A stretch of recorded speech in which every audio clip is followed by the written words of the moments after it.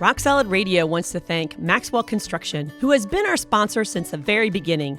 For over 30 years, Maxwell has delivered the highest quality projects by holding to their core values of customer satisfaction, positive attitude, respect, and excellence. So if you have any kind of commercial construction need, give Maxwell Construction a call today at 812-537-2200.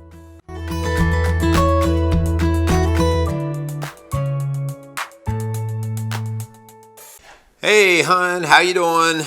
Oof, okay, so I'm glad you're here. I've got a huge list. We're supposed to go to my brother's tonight and for dinner, and I'm making dessert and trying to make up some vegetables. I need you to cut the grass. I mean, before we leave, the power washing's got to be done. I mean, that deck is a mess. So, I mean, Right. I just Take need a breath. a lot Take of a work. breath. A lot Take of a work. breath. A lot of work.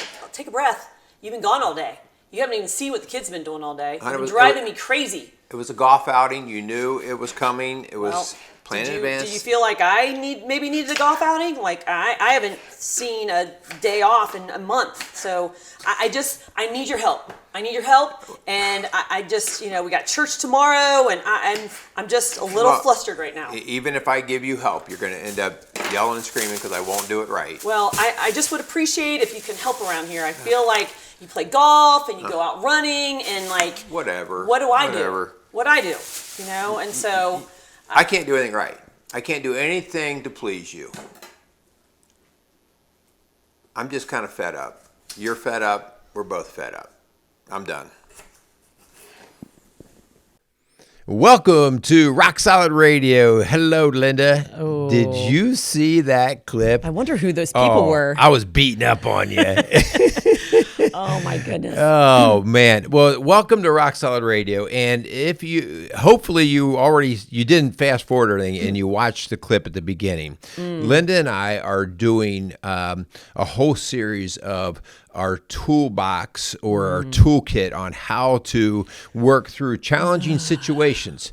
And whether marriage and family. Yeah, marriage and family. Yep. And so this is our first one. And so you got to see Linda and I nagging. Some of that was real, some of it was acting. Well, but I'm just going to tell you, I'm careful. I'm careful. sharing. No, wait. I'm telling on myself. Like I'm sharing from personal experience. Like what you just saw is what I have done for a lot of our years of marriage. And so thankfully, I learned some tools that helped us to kind of resolve some of these conflicts and feelings that I was having and you were having. In a healthier way. But we know that clip probably touched a lot of nerves out there. Yeah. And you probably can relate to a lot of the things that you saw. Yeah. So, hon, we're going to get right into business today. So we're going to do some of our other stuff a little bit later in terms of announcements and stuff, but we want to get right to business right off of the clip because as it's still fresh in your mind and we're also, you can see it here as we play it out and talk about it. But, hon, let's just talk about a couple of things going into the nagging or the bickering, the arguing that happens. Wow. And, in and of itself, what happened in that little clip is not like, okay, I'm going to divorce. But it's those kinds of small things that build up and the lack of skills to help resolve that does build up to a point of sometimes, okay, you know what? After 20 years of this, I think I'm just ready to check out. Yeah, and you say it doesn't lead to divorce, hon, but we know because they come in our doors all the time, is that last little argument over something silly like a golf outing can be the catalyst for leaving. And as you said at the very end of that clip, and we're going to kind of review some of those clips, you said, I'm done. Right. And yeah, it might be I'm done with the conversation, but for some, that's a threat. Like I'm done, I'm leaving, I'm divorcing, I'm walking out, I am shutting down. And that's what we see a lot. Yeah. So we're here to really just really address some of these challenges that I know that you've seen because we've seen it in our own home. Just the first one is just something really simple about nagging, and especially nagging in our marriage. Yeah. So let's take a look. We're going to run for you guys the first about 30 seconds or so of that clip, about 32 seconds, and just kind of show how we set things up to not be winning right off of the bat. Okay. Yeah. Take notes. See if you can figure out some things that went wrong. Some very subtle things that happen there. Okay. So we're going to go ahead and let that play a little bit. All right. And then we will tune right back in here. Yeah. Check it out. Hey, hon, how you doing? Oof, okay, so I'm glad you're here. I've got a huge list. We're supposed to go to my brother's tonight and for dinner, and I'm making dessert and trying to make up some vegetables. I need you to cut the grass. I mean, before we leave, the power washing's got to be done. I mean, that deck is a mess. So, I mean, I just need a lot of work. A lot of work. Take a breath. You've been gone all day. You haven't even seen what the kids have been doing all day. You've been driving me crazy. It was a golf outing. You knew it was coming. It was planned in advance. Did you feel like... Okay, so a couple of things. So right off the bat, hon, I come in and I'm asking you how you're doing, but I'm not looking at you at all. I'm looking at my golf scorecard because it was more interesting to me than how you were doing. Yeah, and I was multitasking, which, by the way, early on in our marriage, you called me out on this, that I remember one of our first years of marriage, I was trying to do the dishes and ask you how your day was. And my body language said, I don't really care. Right. And so that day, in that clip, I was chopping vegetables. And so I was not giving you any attention to how your day was or how because honestly, I was kind of ticked at you. So I really didn't care how your game went. Right. And it's not like giving attention because, a little guy needs attention. It's because everybody has to feel like they matter to the other person. And if you're going to be distracted by all the other things, and again, we've done many shows on this, the phone, it might be vegetables in that particular clip. The phone has definitely taken over the vegetables. So as we're talking and we are staring at that phone, checking emails, looking at Facebook, whatever it is, and we're checking in, how are you today? And we're not really caring. Yeah. And so if you noticed that there was not really good self-awareness there on my part, you could have probably saw it in my sigh, in my my well, I wasn't really self-aware that I have had a frustrating day. And I didn't share that with you off the bat. Okay. As a matter of fact, I was mad at you for not realizing and not caring that I might have had a frustrating day, but I didn't even give you a chance. And I really need to be more self-aware of what's going on for me. Am I tired? Am I angry? And I got to speak that in a little bit more assertiveness. Yeah, you gave me, hon, a very strong clue as you were starting to come at me machine gun like with a lot of emotions. And you went, whoo! Yeah. And right away, I should have grabbed that. I should have understood that because I should have went like, okay, there's a lot of energy here. There's a lot of emotion behind it.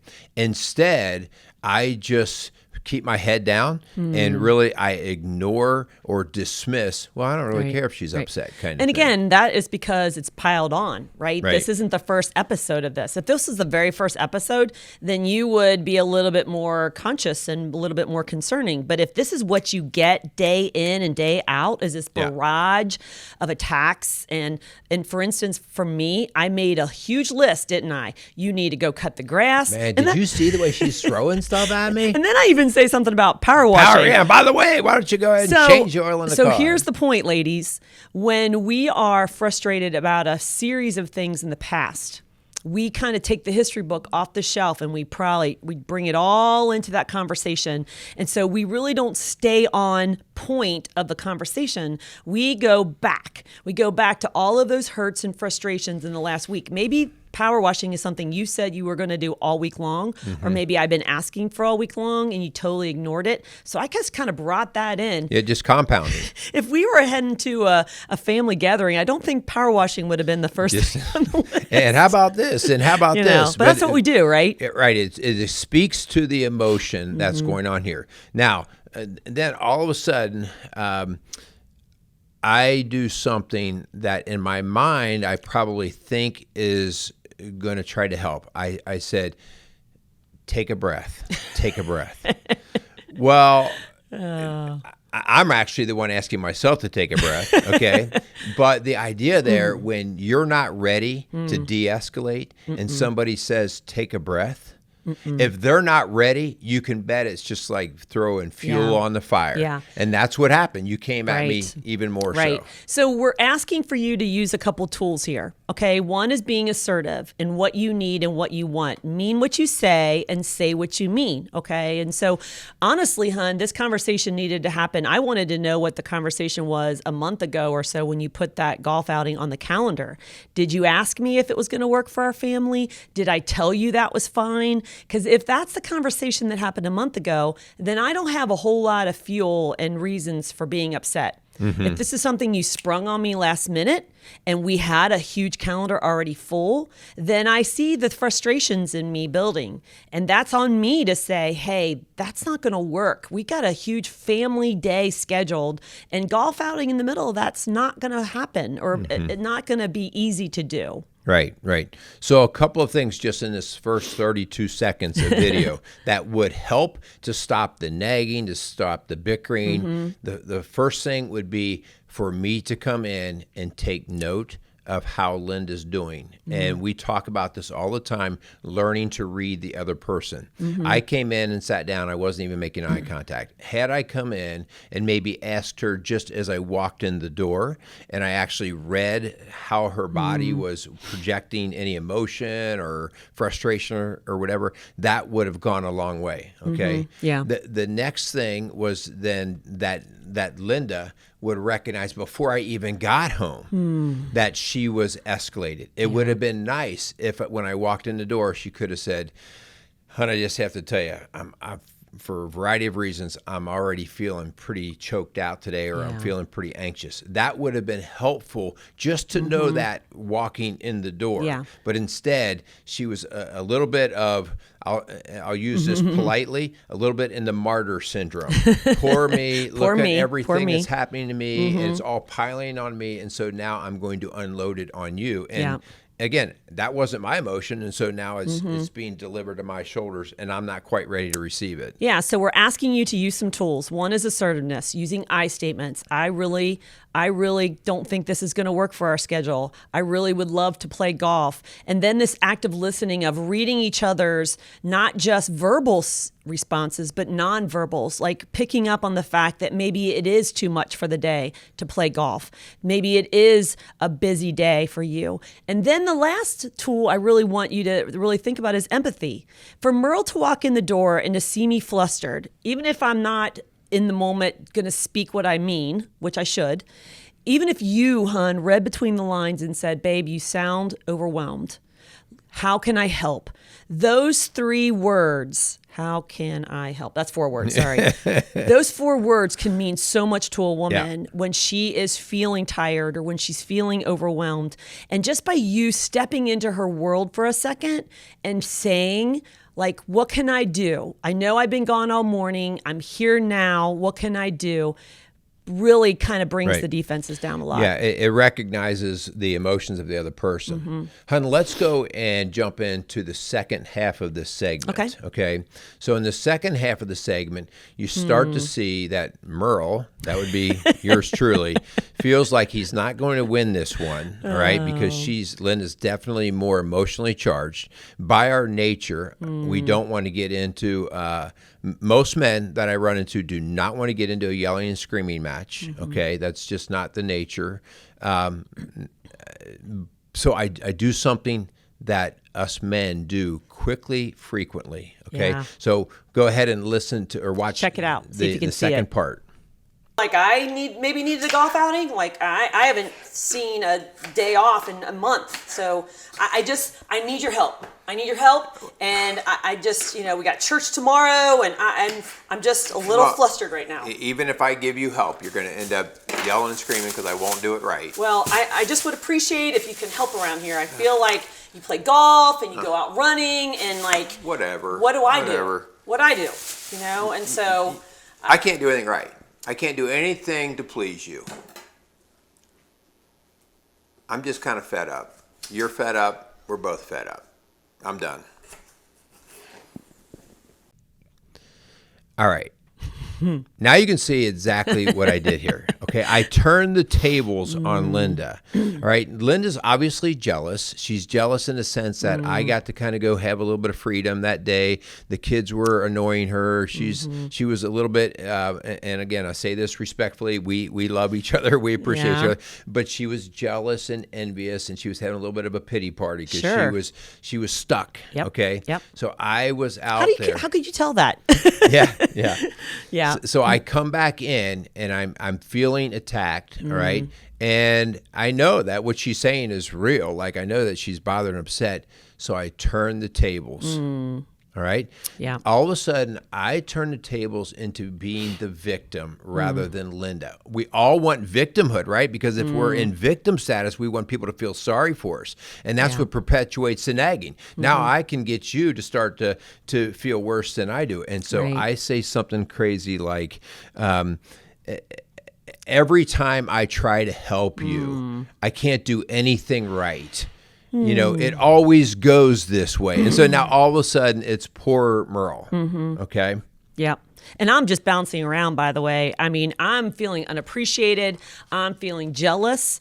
I'm kind of wishing that he realized that I could have used a day off. And so I turn into victimhood too, and the martyr of, okay, well, I'll stay here and take care of the kids and get ready for the party while you go have fun. And so I really get into that victim status as well. And that doesn't end well when we do that. And we bring up the past. You bring up the past of like, it never goes well. And so we go back to what happened maybe weeks or months ago that we never resolved either. And so we just kind of drag that history book out and we open up all of those old wounds and we really never get to the heat of that moment and how we can resolve the problem. And finally I get to the point where I don't really care to try to resolve this. Linda is not caring or able to resolve it. In other words, we both want to be very self-righteous and locked down in our way. And so I do what 99.9999% of all men do. We come in and we go, whatever. You know what? You say that like every man says that word. That's your word. No, it is my word. And but usually there's a hand with listen, it all or you men eye out roll. there, you know you do it. Every single one of you. Don't be pointing. We go to that whatever because we don't really have the words. We don't really have that defense. And we just kind of go into this whatever, you know, it is what it is. I can't change your mind. You're not going to change my mind. And so there's no like a movement. Stalemate. Right. There's no movement to the center. It's just going to be a whatever, and we're going to leave it hanging. Okay. Yeah. And so we need to know that when we go into that whatever sort of mode, we're actually not making any movement to resolution. And as I often say, hun, and when I'm working with couples, right at this point, when I'm saying whatever, that might be the last word that I say. I'm not going to forget this. No way. It's like, even though I say whatever as if it's done, it's over. It's not okay. done. I even use that word, it's done. Yeah. You say, I'm done. I'm done. All right. I'm going to store it. That's why I was able to bring back all of the history before. Me too. That's why you were able to bring all the history. We both have all of our whatevers, but instead of just being done with it, we've stored it. Yeah. And now we can have 20, 30, 40, I've even seen 50 years of these whatevers stored, all from these little nagging situations that happened one day at a time through all these years. And I always call it, instead of storing it up here, I call it brushing it under the rug. And we keep brushing it under the rug, brushing it under the rug. We never deal with it. We never resolve it. And so it gets to be so much under that rug. It's like a big old pile of dirt, garbage that we start tripping over and we start falling against. And so it starts to create this barrier between us. And so there's a long history in that conversation that wasn't said or heard. But you know, hun, your words of I'm done, I went into silent mode. Okay. I just stopped talking and looking at you. I wasn't even hardly looking at you at all. And so we shut down. And so what we're saying is, instead of the shutdown, I want you to bring out another tool, and that's the tool of timeout. Okay? I need you to recognize that this is escalating and that this is not going well, and that one of you, if not both of you, get the maturity in you to say, hey, this isn't, I can tell you're tired. I can tell you feel overwhelmed. How about we talk about this after dinner or after we get home tonight? Or maybe why don't you go take a nap? You sound tired and we'll talk about this later. Or you say, let me chop the vegetables and you go for a walk. Do something you want to do. And she throws a knife at me. I would not do that. You wouldn't. But I just see that there's one, that the tool of empathy, and two, the tool of timeout kind of lets things kind of bring down a little bit, and that we can come back to it. But please, please, here's the 24-hour rule, okay? It's a 24-hour limit to the timeout. You do not say, oh, we'll get back to this, and you're gone for a week from each other.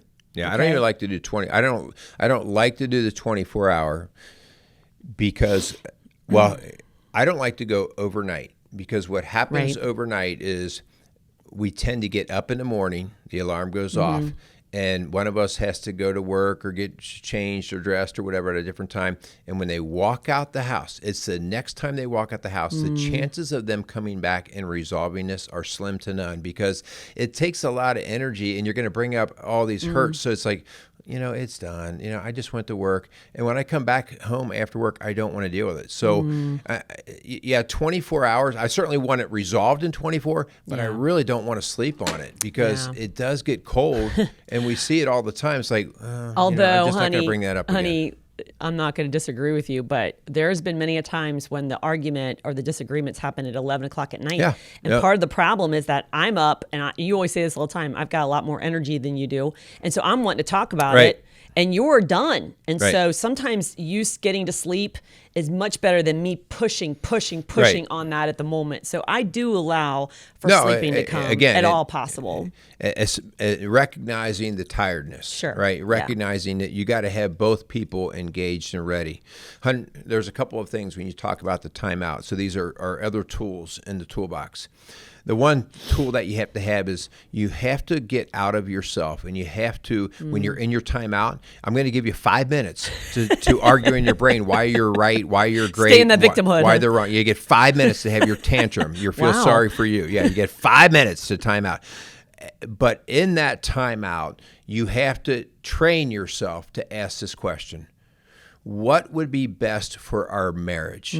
Because at the beginning of that timeout, I'm asking, what's best for me? That's why I'm hurt, right? That's why you're hurt. What about my point of view? And so during my timeout, I have to get to that point. I have to train to this. It's a tool. It's a skill. I have to say, what would be best for our marriage?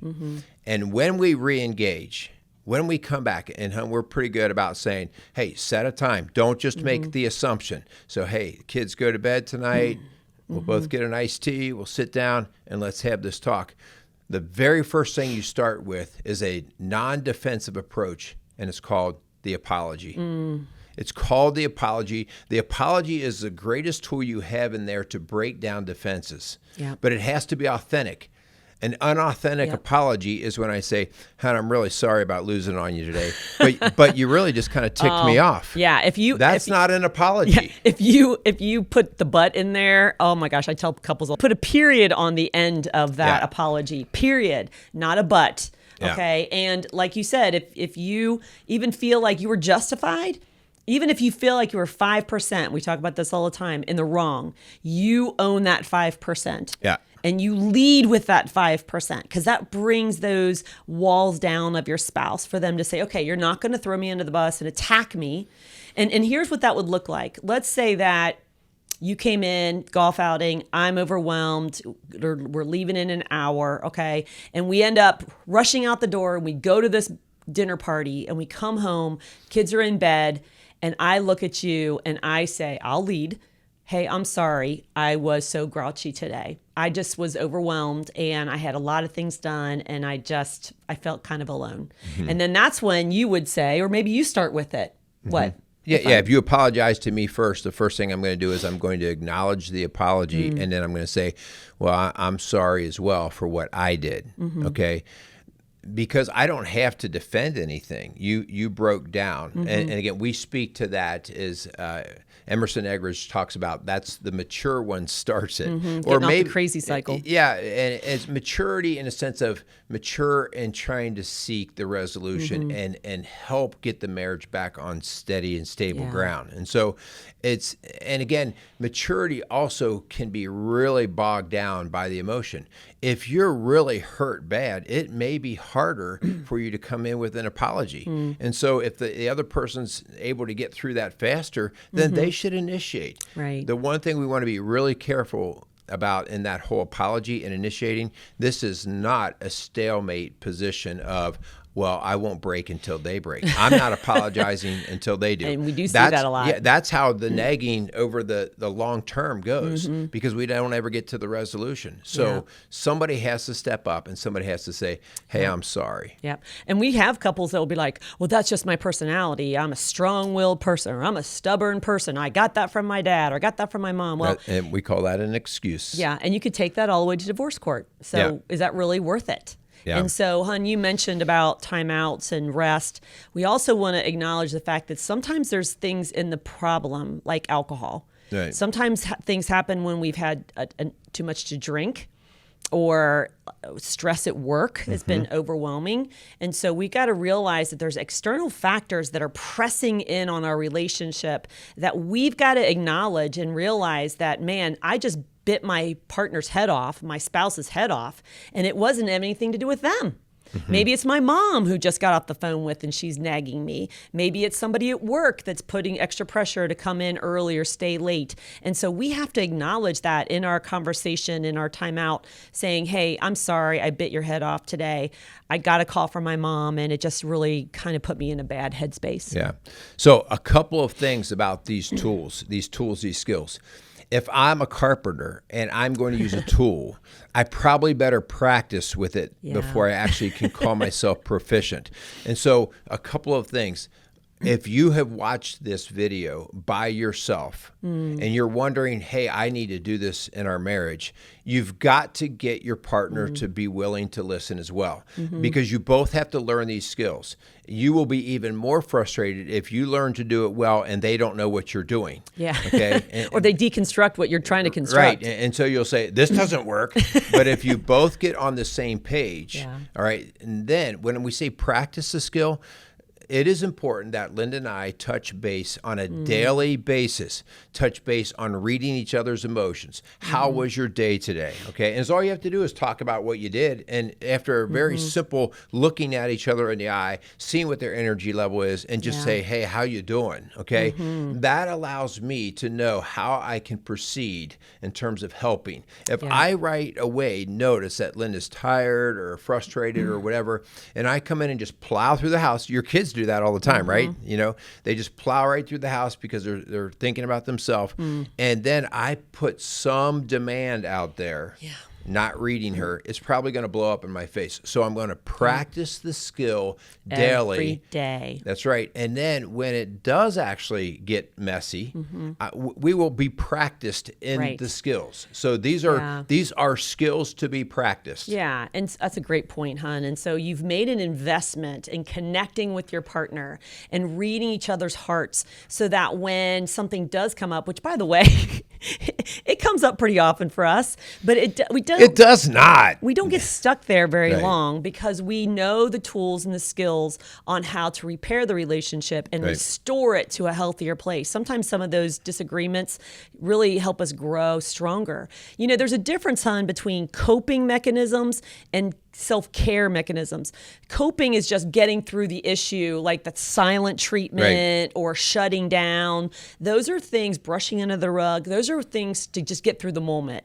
But we want you to go deeper. We want to give you tools that are actually going to really nurture your relationship and deepen your connection instead of just getting you through another day. We don't want you just to survive your marriage. Right. We want you to thrive in your marriage and find it to be richer and deeper than you've ever had before. Yeah, excellent stuff there. So we hope that is very helpful. You know, we're going to continue to do some of the toolbox episodes here because we're going to be doing parenting things like, how do you handle a tantrum? How do you handle entitled children? How do you handle a spouse you don't trust? Ooh, that could be trust. Good. Yeah. So these are all coming up here in the next few weeks. So you got to tune in.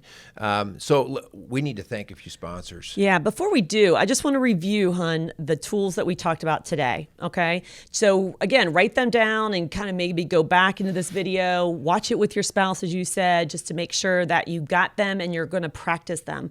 One is assertiveness, and that's those I statements about what you need and what you want in the relationship. Mean what you say what you mean. The second one is active listening to your partner or your spouse, and then reflecting back on what you hear. So what I hear you say is, you're okay if I go to this golf outing. Are you sure you're okay with that? And you're reading the nonverbals as well as the verbals. Okay. When you put those two together, you really resolve a lot of these conflicts. The third one is empathy. As you said, putting yourself into someone else's shoes, realizing that what is for the win of the marriage and for the betterment of your spouse, not just yourself. And then the other one we mentioned was timeouts, and just giving each other space to really think about those things, and then coming back with a better plan and a deeper desire for connection. So those are some of the tools that we use today. We want you to put them in your toolbox, use them often. These aren't just for your marriage. This is for your family. You can do these with your kids as well. This is excellent stuff everywhere to practice with your kids. Yes. You need to teach them. We're kind of not teaching our kids these tools either. Yeah. All right. So we would like to thank Casey's Outdoor Solutions and Maxwell Construction for coming along and offering us the opportunity to give you guys this kind of material through Rock Solid Radio. We also would like to thank all of our listeners out there and viewers. Please continue to listen, to pass these shows on, to share these shows. Please give us 5-star ratings, and also just subscribe. So like on the YouTube channels and stuff, just subscribe on there. That helps lift our listening viewership, and especially just through the search engines when they're searching for the best shows to listen to. Yeah. So thank you so much for listening to Rock Solid Radio, building a stronger community, one family at a time. Make it a great day. I'm finally going to power wash the deck that you were talking about for 3 months. I'm glad you finally figured that out. Casey's Outdoor Solutions. Casey's is a premier garden center and gift shop located in Lawrenceburg, Indiana. They offer a wide selection of high-quality plants, landscaping materials, and home decor. They do amazing high-quality work and can help you transform your indoor and outdoor living spaces into something beautiful. So stop by Casey's Outdoor Solutions today and let them know you appreciate their support for Rock Solid Radio. Visit Casey's today at 21481 State Line Road, Lawrenceburg, Indiana.